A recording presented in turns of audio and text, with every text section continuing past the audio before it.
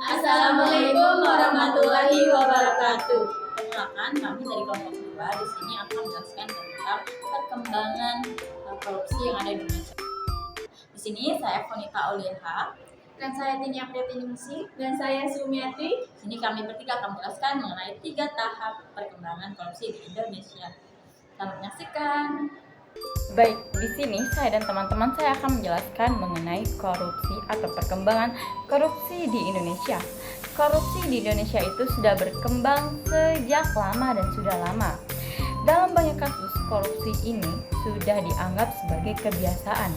Meskipun berbagai pemberantasan upaya yang telah dilakukan, hasilnya itu masih saja belum maksimal.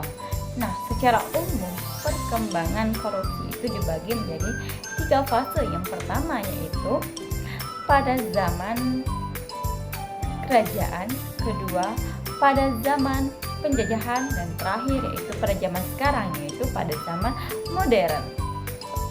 Nah, kerajaan Singosari ini perebutan kekuasaan terjadi cukup keras. Contohnya, kisah Ken Arok yang merebutkan kekuasaan dengan cara membunuh penguasa sebelumnya. Dari sini terlihat kan bahwa kekuasaan sudah dimanfaatkan untuk kepentingan pribadi, bahkan dengan cara yang tidak jujur.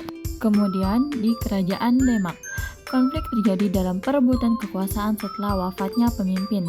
Persaingan antar pewaris menunjukkan bahwa kekuasaan sering diperebutkan demi kepentingan pribadi, bukan untuk kepentingan bersama.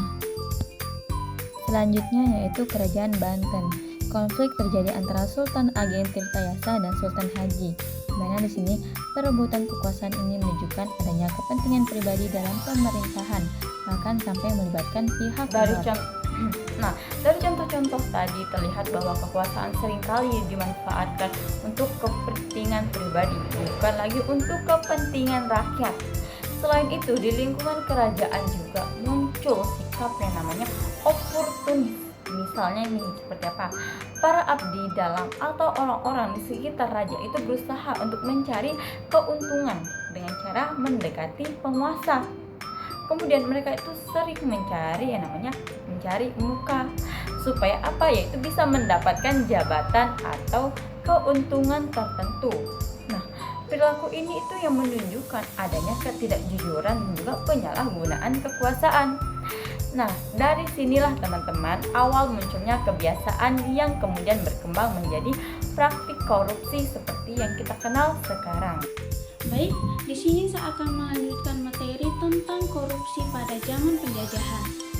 Baik, di mana pada zaman penjajahan Belanda, sistem pemerintahan dibuat agar penjajah tetap berkuasa dengan mudah. Mereka menunjuk pejabat lokal seperti Demang dan Temenggung untuk mengatur wilayah dan menarik pajak dari rakyat. Banyak pejabat tersebut menyalahgunakan kekuasaan dengan mengambil sebagian pajak untuk kepentingan pribadi atau bekerja sama dengan penjajah. Akibatnya rakyat menjadi semakin menderita karena harus membayar pajak tinggi dan mengalami ketidakadilan. Dari kondisi ini, praktik korupsi mulai berkembang dan menjadi kebiasaan dalam pemerintah saat itu. Dari gambar tersebut menunjukkan kondisi rakyat pada masa penjajahan yang harus bekerja keras, biasanya di perkebunan atau proyek milik penjajah. Mereka sering dipaksa bekerja atau kerja paksa dan hidup dalam kondisi sulit, sementara hasil kerja mereka diambil oleh penjajah. Ini menjadi salah satu bukti penderitaan rakyat pada zaman penjajahan. Zaman penjajahan tidak hanya membuat rakyat menderita karena kekuasaan asing, tetapi juga karena adanya penyalahgunaan kekuasaan oleh pejabat lokal. Oleh karena itu, penting untuk memiliki sikap jujur dan adil agar hal seperti ini tidak terulang kembali. Baik, di sini saya akan melanjut korupsi di zaman modern. Nah, korupsi di zaman modern berupa tindakan penyalahgunaan wewenang yang dilakukan dengan cara yang lebih canggih, tersembunyi, dan memanfaatkan kemajuan teknologi. Berbeda dengan masa lalu yang sering terjadi jelas. Nah, korupsi di zaman modern biasanya dilakukan melalui transaksi keuangan yang rumit. Nah, penggunaan sistem digital padahal tujuan untuk menguntungkannya diri sendiri atau berkelompok dan merugikan kepentingan umum. Nah, bentuknya bisa berupa menyuapkan melalui perangkat bank.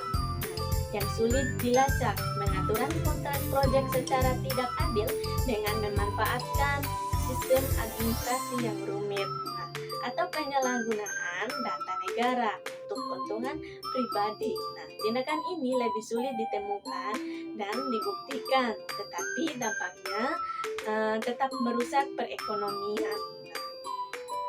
Nah, menurunkan kepercayaan masyarakat terhadap pemerintah dan menghambat pembangunan negara.